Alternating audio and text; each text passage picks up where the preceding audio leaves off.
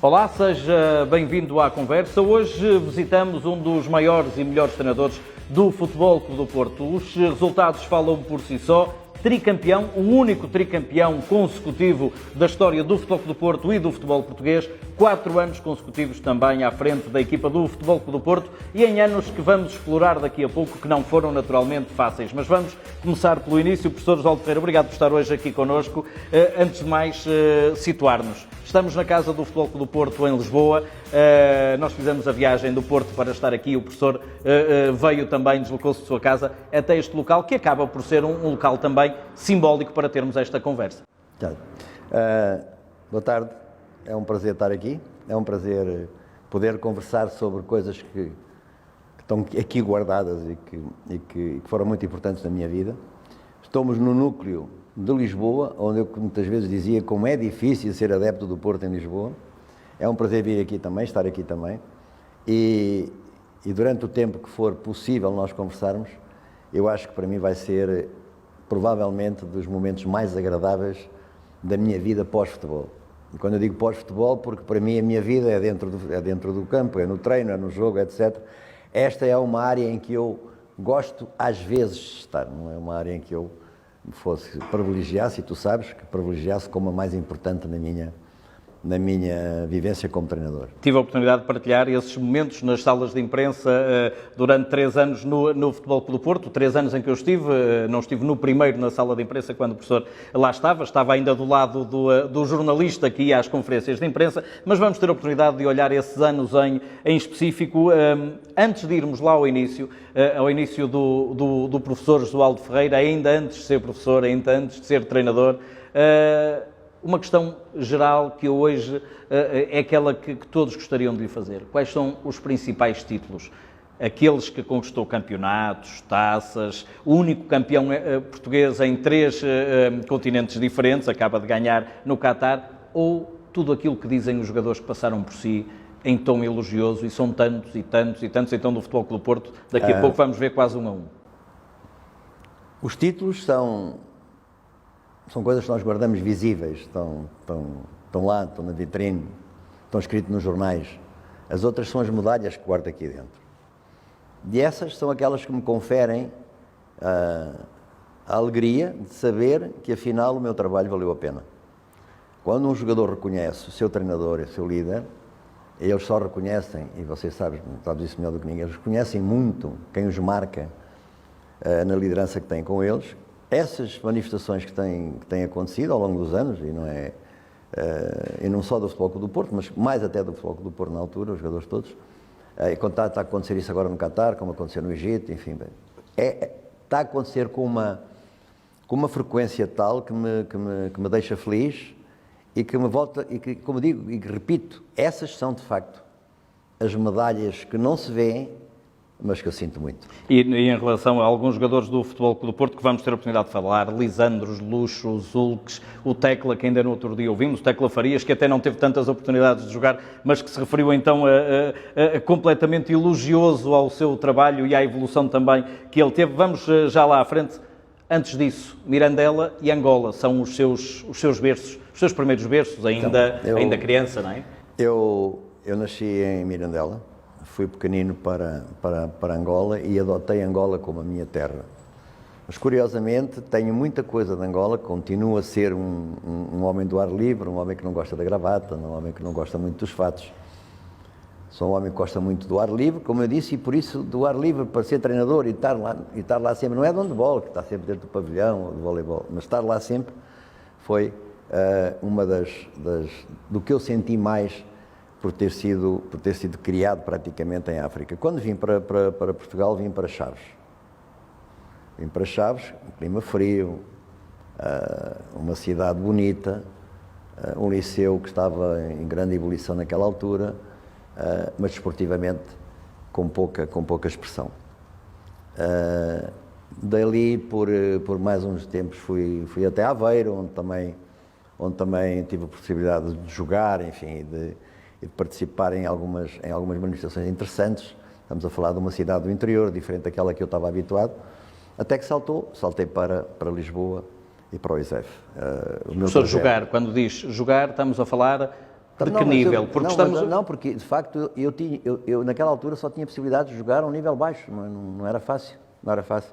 Eu, por exemplo, joguei com o Pavão, e na altura, se vocês se lembram, no Futebol Clube do Porto, no dia 13 de dezembro, no jogo que nós tivemos, não sei se te lembras, quando eu lhe fiz uma homenagem eu não me lembro de ter visto, estava acabado de nascer, mas naturalmente todo... Minha, que eu fiz ao Pavão, ao Fernando Pascoal das Neves, que morreu naquele dia.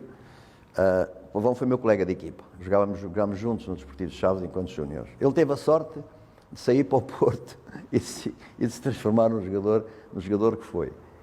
Eu acho que fiz um trajeto, ou melhor, eu acho que fiz as melhores escolhas. Eu tive possibilidade de continuar no futebol profissional. Acho que tinha algum jeito, mas efetivamente não tinha muito jeito para ser aquilo que eu depois exigia dos meus jogadores. E em que posição? Médio, jogava a médio. Eu era gostava pouco cerebral. De correr e gostava mais de pensar, não é? Pouca gente conhece essa história do João Ferreira, jogador, enquanto ia tirando o curso. Mas, como eu digo, não teve muita expressão. Eu tive que fazer uma opção, quando vim para Lisboa, tive que fazer uma opção de vida.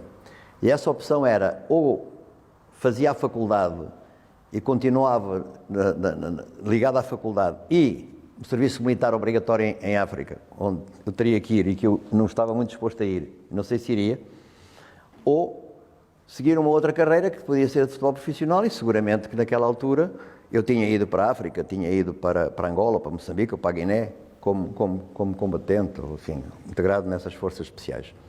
Portanto, a minha opção foi feita por gosto, porque eu queria ser treinador.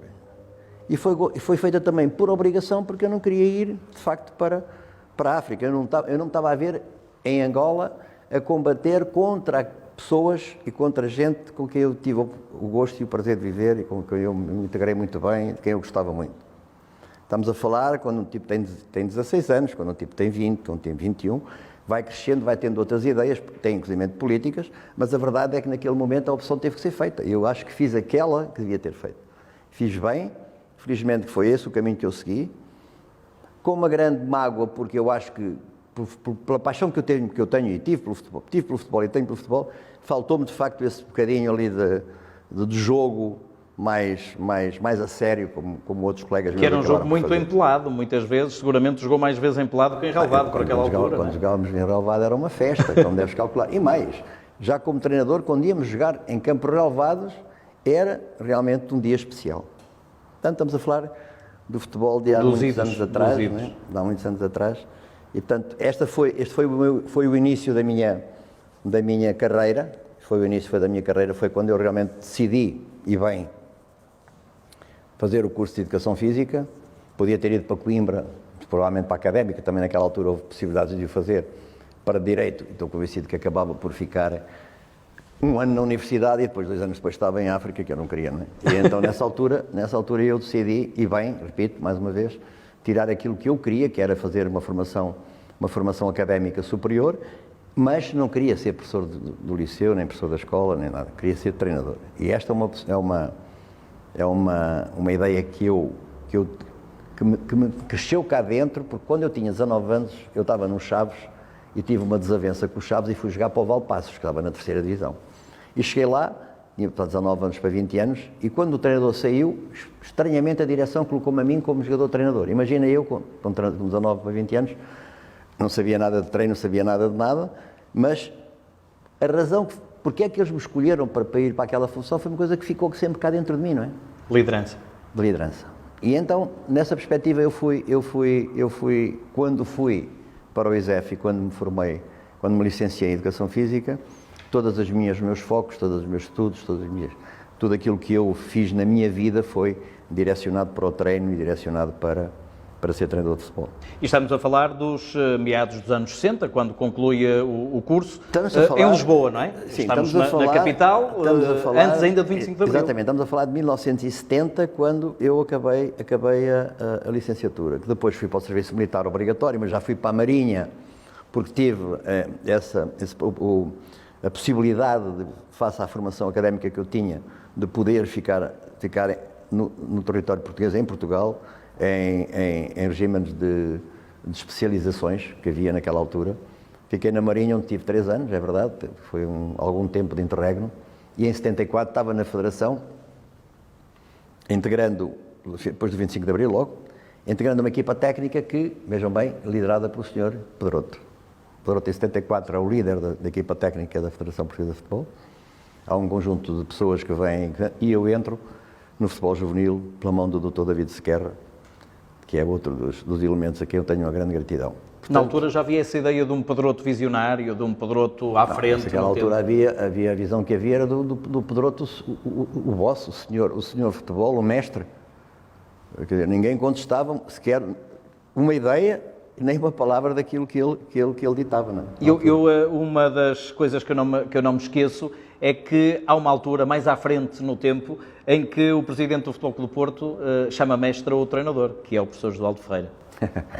Pois essa é uma história que eu retenho também, é uma das medalhas que eu tenho, que eu guardo comigo, e foi de facto o presidente Pinto da Costa que o fez, que disse, e na altura eu recordo-me que isso teve um pouco a ver também com uma festa que nós fizemos, não foi uma festa, uma celebração qualquer que aconteceu no Porto, dos seus 25 anos, salvo erro, quando foi os 25 anos da presidência, em que a figura central Foi os 25 anos da morte de Pedroto, se não estou em erro. Sim.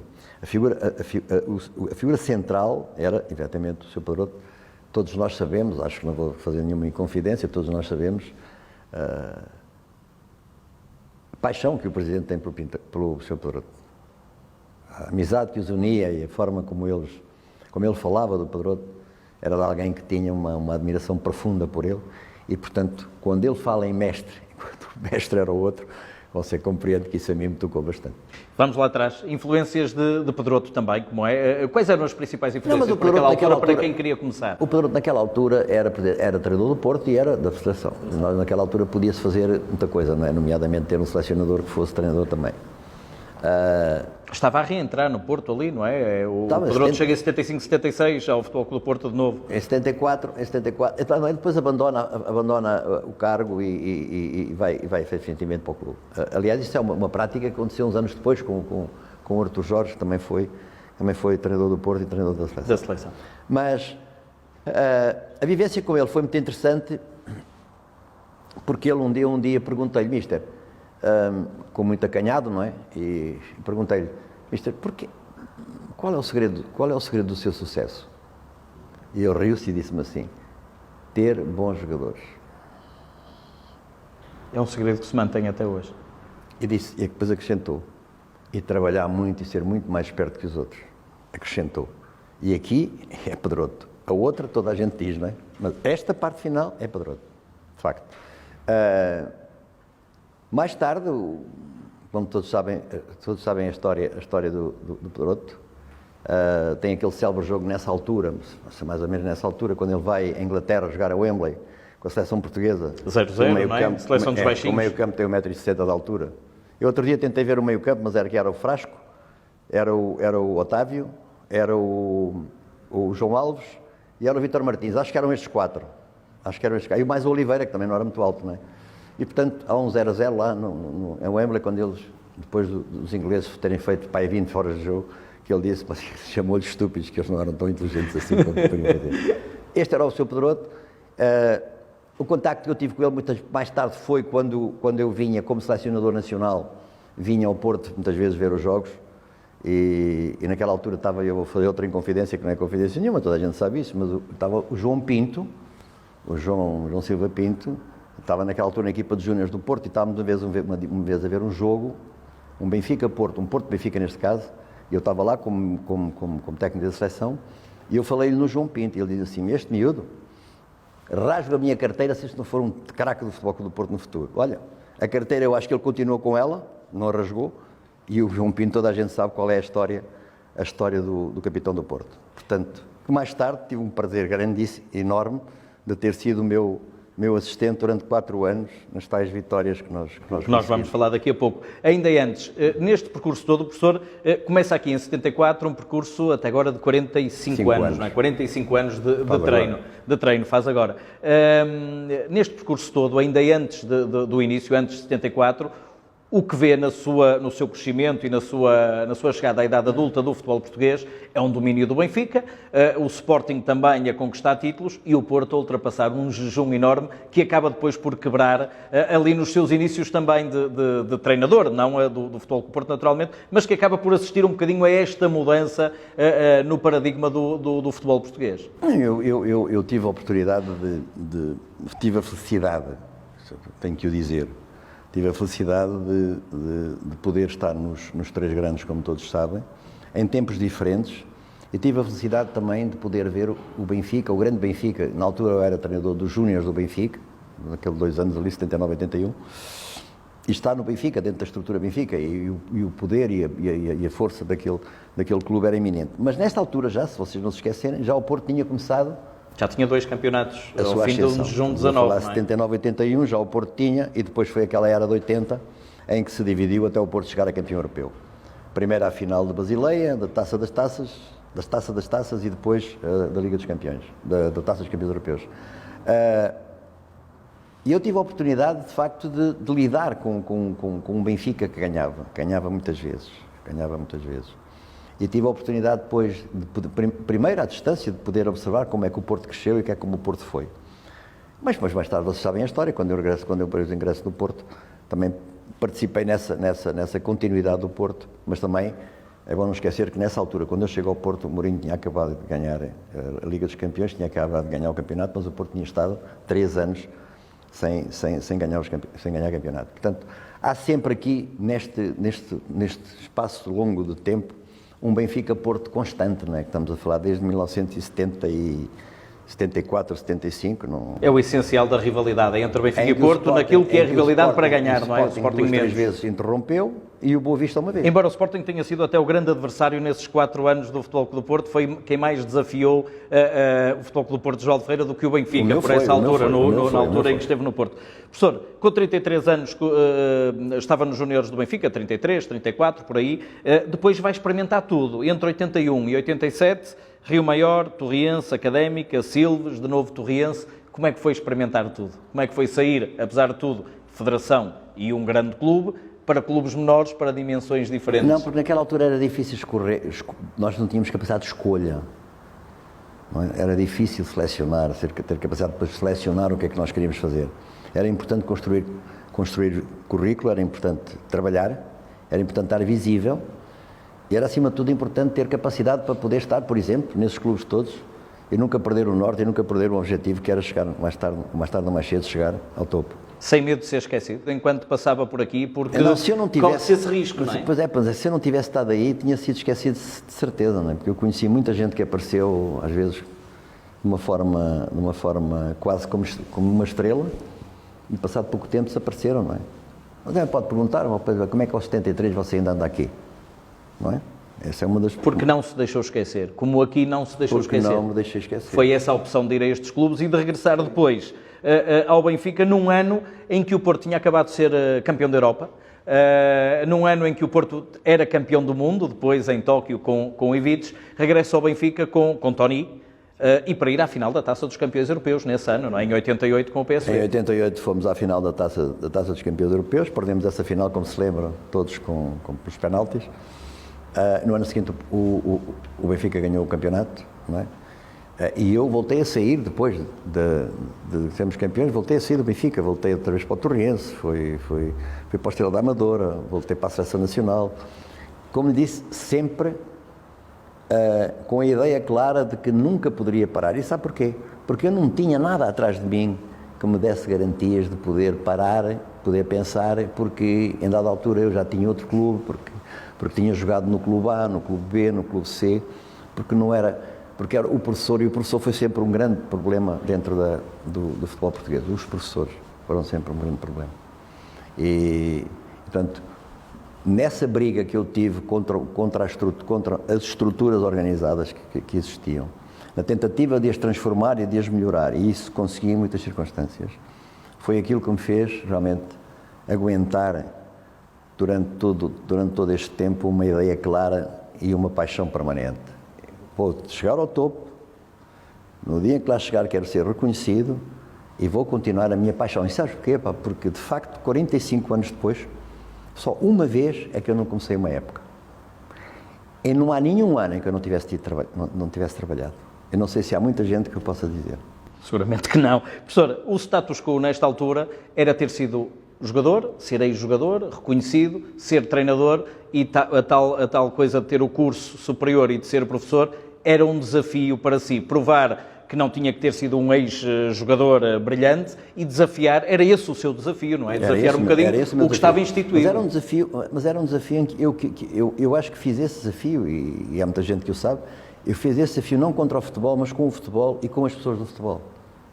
Porque eu entendia e entendo ainda que ter sido jogador profissional de futebol e ter sido bom não lhe dava nenhuma prerrogativa especial, não é? Nenhuma prerrogativa de dizer, pá, tu vais ser muito bom treinador. Agora, que tinha condições para o poder ser, se quisesse fazer uma formação adequada e se quisesse progredir, se quisesse estudar e se quisesse preparar convenientemente, como agora obrigatoriamente se pode fazer, eu tinha a consciência clara de que era esse o caminho. E então foi, juntamente com muita gente do futebol, muitos treinadores de futebol, acima de tudo, muita gente que vinha da prática do jogo para o treino diretamente, foi aí que nós, todos em conjunto, construímos aquilo que é hoje o edifício da formação de treinadores portugueses. Em que se pode misturar tudo. Hoje, a formação dos treinadores em Portugal nasceu aqui nestas pequenas... Professor, hoje até um bocadinho, deixe-me agora pôr aqui um parênteses, até um bocadinho ao contrário hoje, são os ex-jogadores que até às vezes fazem essa luta de dizer eu também posso ser treinador mesmo sem ser professor. Até mudou um bocadinho o paradigma hoje, se calhar, não é? Toda a gente sabe que está a ouvir, sabe isto, era difícil, muito difícil você aparecer em qualquer estrutura do futebol. Para já, como professor, você tinha que ser preparador físico, era uma coisa que eu achava que nunca iria ser e nunca fui. Porque...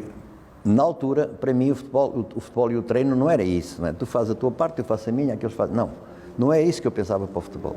E não era essa a forma como eu trabalhava, não era essa a forma como eu achava que devia ser.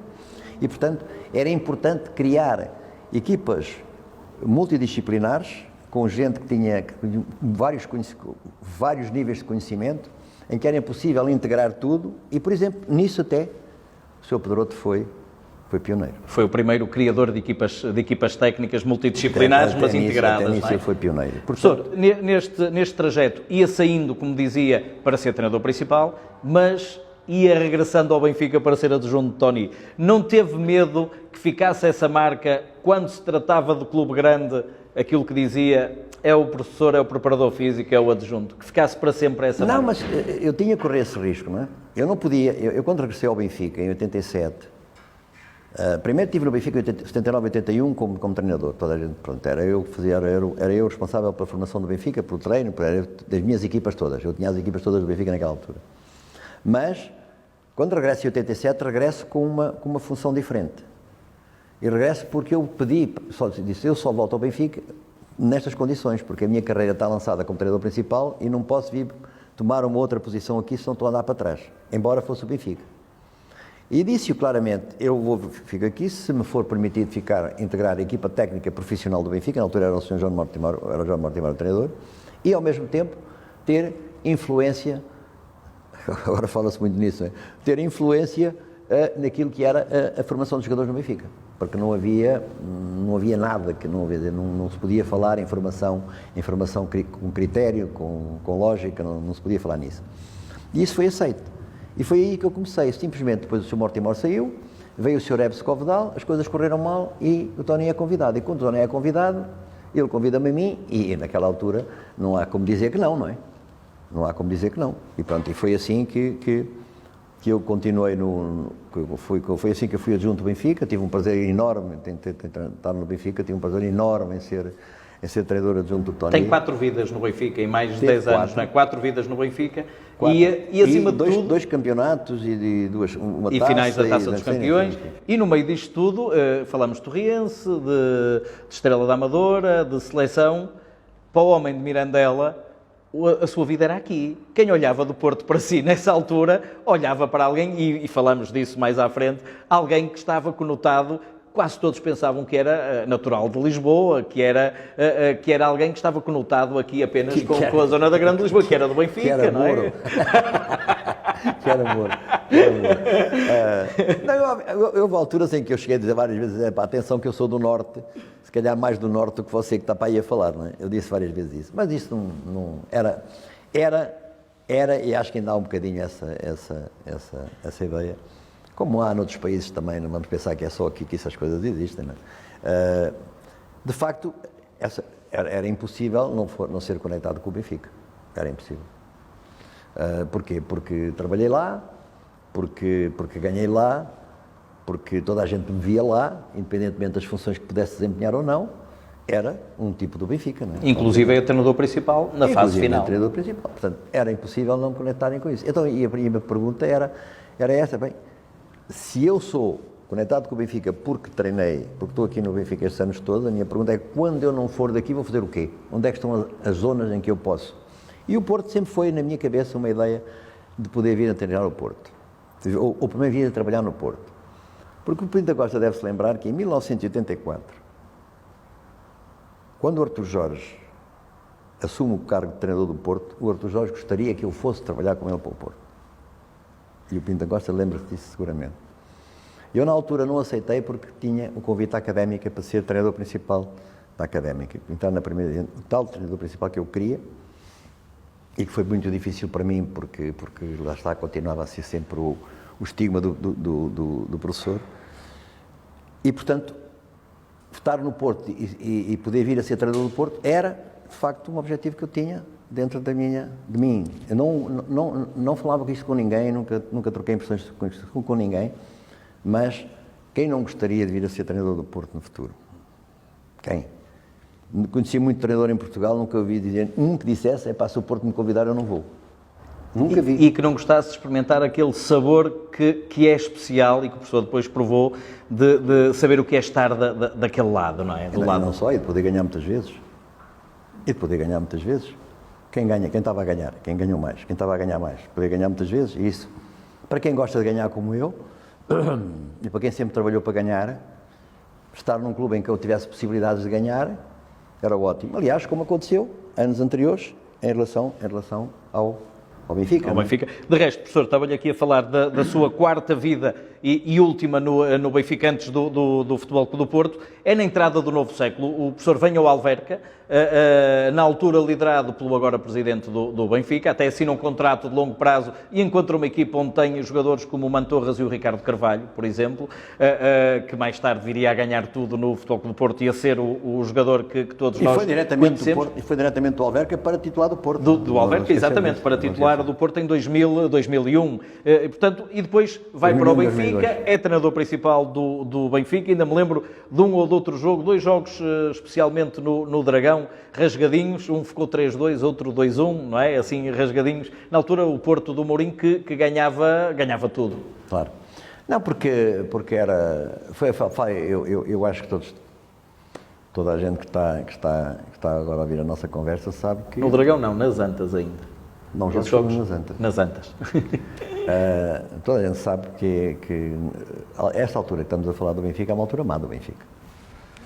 Em 1994 o Benfica é campeão nacional. E de 94 até 2005, quando voltou a ser campeão nacional, passaram 11 anos e o Benfica não ganhou nada.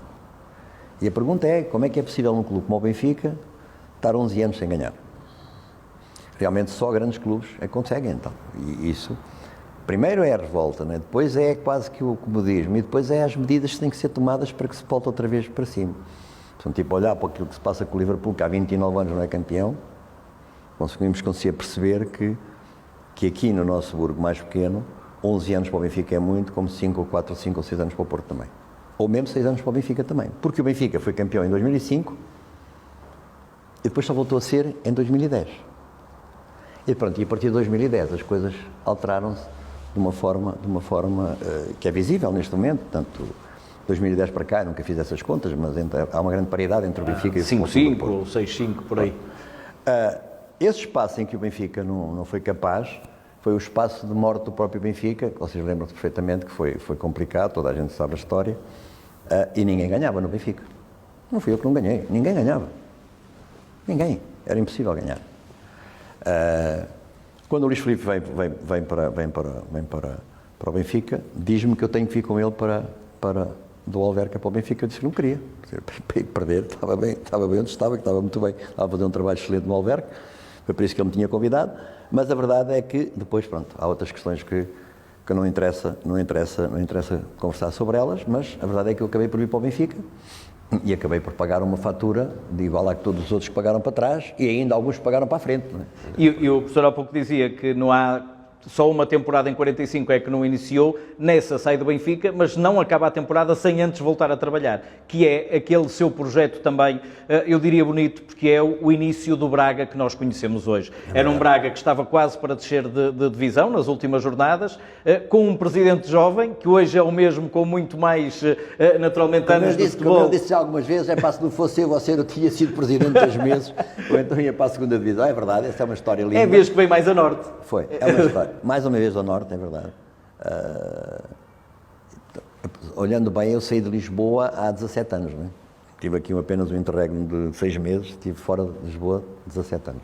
Ou mais o estrangeiro, enfim, essas coisas todas. Mas a história do Braga é uma história bonita. É uma história de um clube que tinha uma tradição muito grande no futebol, que tinha uma história, era uma história grande no futebol, mas não era uma grande história, estás a ver? Porquê? Porque umas vezes estava para descer, outras vezes estava para ganhar, ganhou uma Taça de Portugal, não era um clube constante, não era um clube que tivesse, quer dizer, não era um clube que pudesse dar à cidade a ideia e passar a imagem de que nós somos fortes, nós somos grandes, nós somos enormes, como eles dizem agora. E eu acho que o meu início no Braga, que é difícil, que é tentar manter a equipa na primeira divisão e conseguimos, foi um desafio grande para mim. Esse sim é que era o desafio para perder. Se eu tivesse perdido aí, penso que tinha acabado. Portanto, mais uma vez o risco que eu ponho sempre nas minhas coisas me levaram a ir para o Braga. O Braga safa-se e é curioso que é uma equipa, empatamos com o Porto, com a equipa do Mourinho, que tinha ganho a Taça UEFA, empatamos lá, com um golo fantástico do Postiga, estávamos a ganhar 1-0, e safamos nesse jogo. Nesse jogo ficamos na primeira divisão. E no ano seguinte arrancou os 3 anos do Braga. Quinto, quarto. Há um jogo que toda a gente também se deve recordar disso, que eu guardo também com muito carinho, que é uma vitória que o Braga vai fazer já no Dragão. Ao Dragão já. E despede Vítor Fernandes? Pois, em que ganhamos esse jogo e ficamos em primeiro lugar à 19ª jornada da Liga. Portanto, não foi à primeira nem à segunda, à 19ª chegamos ao primeiro lugar.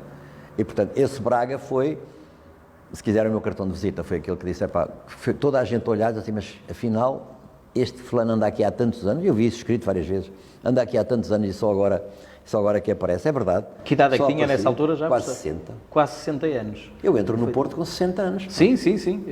O Braga são os 3 anos anteriores. Mas que azar eu tive de poder entrar mais cedo. Era uma das questões que eu tinha aqui e ainda não lhe tinha colocado. Eu às vezes falávamos, e posso também cometer essa inconfidência, e o professor dizia, se eu tivesse chegado ao Porto com 40 anos, tinha ganho 10 campeonatos seguidos. Era capaz. Não sei agora, estou fazendo contas assim muito rapidamente, mas a verdade é que quando se chega ao Porto aos 60 anos de idade, chega-se com muita experiência, não é? Mas chega-se com pouco tempo também para poder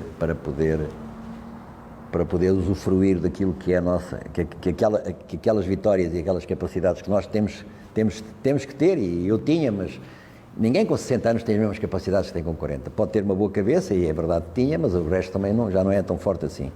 E, portanto, quando eu dizia se chegasse ao Porto com 40, eu disse isso várias vezes, se eu tivesse aqui chegado mais cedo, se calhar havia mais campeonatos que eu ganhava. Mas estava-me a referir muito para o futuro, como é evidente, não é? E o Porto ganhou ainda, apesar disso, ainda foi ganhar. Professor, chega ao Porto, mas não ao Futebol do Porto, logo de imediato, porque a sua chegada ao Porto é ao Boa Vista. O Boa Vista era, na altura, a equipa que se intrometia, e que tinha sido campeã não muito tempo antes, tinha andado na Champions League, que se intrometia no domínio dos 3 grandes, muito mais que o Braga. O Braga começa com o professor ali a conquistar os 4º lugares, mas o Boa Vista ainda era uma equipa de enorme projeção. Esteve pouco tempo no Boa Vista, porque foi o apelo Eu tive pouco tempo no Boa Vista, mas foi um clube que eu fiquei a gostar sempre. E vou gostar sempre até ao fim. Fui muito bem tratado, percebi porque é que o Boa Vista tinha sido campeão. E percebi porque é que o Boa Vista era aquele clube. Porque é que eles eram assim? Porque é que eram os guerreiros? Porque é que eram, tinham um pouco a ver com o Jaime Pacheco, um pouco, não tinha muito a ver com o Jaime Pacheco, mas tinha muito a ver com a própria mística do clube, com o bairro onde é que estava. E aquilo que o Boa Vista conquistou, tão pequeno, conseguir chegar onde chegou, não era por acaso. Nada é por acaso. Nada. Conquistam-se muitas coisas que depois parece que é por acaso, não é verdade? E portanto fiquei a gostar muito do Boa Vista. E é curioso porque eu treinei 4 campeões, só me faltou um, que foi o Belenenses. Há 5 campeões nacionais. Eu treinei 4. O que é para um tipo de Mirandela, que é tal professor, acaba por ser uma história gira, não é? Portanto, saio do Boa Vista e vou para o Porto. Como é que eu vou para o Porto? Eu também já contei essa história. O comboio passou naquela vez que não se pode perder, não? Não, o cavalo quando passou, eu montei-o logo, não é? Eu montei-o logo. Essa foi a frase do presidente, não é? Tive que brigar até pela própria... A minha vinda para o Porto, eu estava ligado ao Boa Vista, não é? Foi eu um pouco que eu fui apoiado pelo Futebol Clube do Porto, mas fui eu que fui discutir a minha saída do Boa Vista com quem? Com o João Loureiro, não é? Estamos a falar de alguém que não era nada fácil. E pronto, entrei no Porto, a uma semana de início do campeonato, e aí começou a minha história que todos conhecem, não é?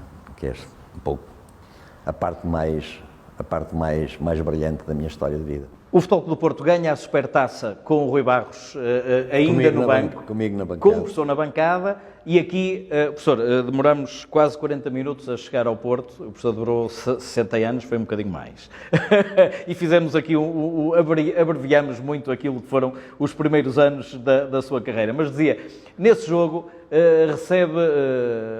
nessa altura recebe várias heranças, recebe uma equipa a jogar com 3 defesas, não era 3 centrais, era 3 defesas, que era um sistema que não era o seu, uma equipa que tinha perdido, se queria jogar com 4 defesas, um dos centrais que podiam ser importantes, que era o Pedro Emanuel, tinha feito uma ruptura de tendão de Aquiles, uma equipa que tinha tido alguma turbulência, o que levou à saída do Coadriense. Por essa altura o Vítor Bahia já não era o guarda-redes titular, havia que gerir a situação de um histórico do Futebol Clube do Porto. Muita coisa para, em pouco tempo, se adaptar o seu 4-3-3, que era o seu modelo e foi o seu modelo de eleição no Futebol Clube do Porto, nestes anos em que conquistou tudo.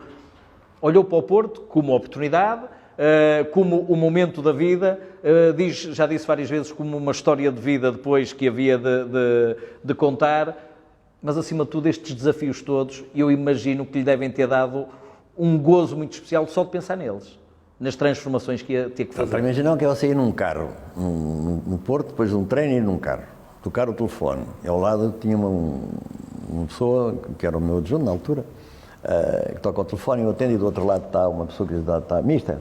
Sim, e eu pareceu-me, não é? Quem fala? Ele disse, Pinta Costa. Ah lá, está bom. Olha e tal. E pronto, faz-me um convite direto pelo telefone. Eu disse, mas a gente tem que falar nisso. Não, mas olha que isto não dá muito para perder muito tempo. Então, assim foi. Houve uma reunião não com o Presidente do Conselho, com o António Henrique, que eu não conhecia também, e com o Aldanino Caldeira, que sim, eu conhecia, umas conversas, e pronto. E montamos aí a estratégia, qual era, da forma que eu tinha civilizada, legal e, acima de tudo, desportiva, não é? Para sair do Boa Vista para ir para o Porto.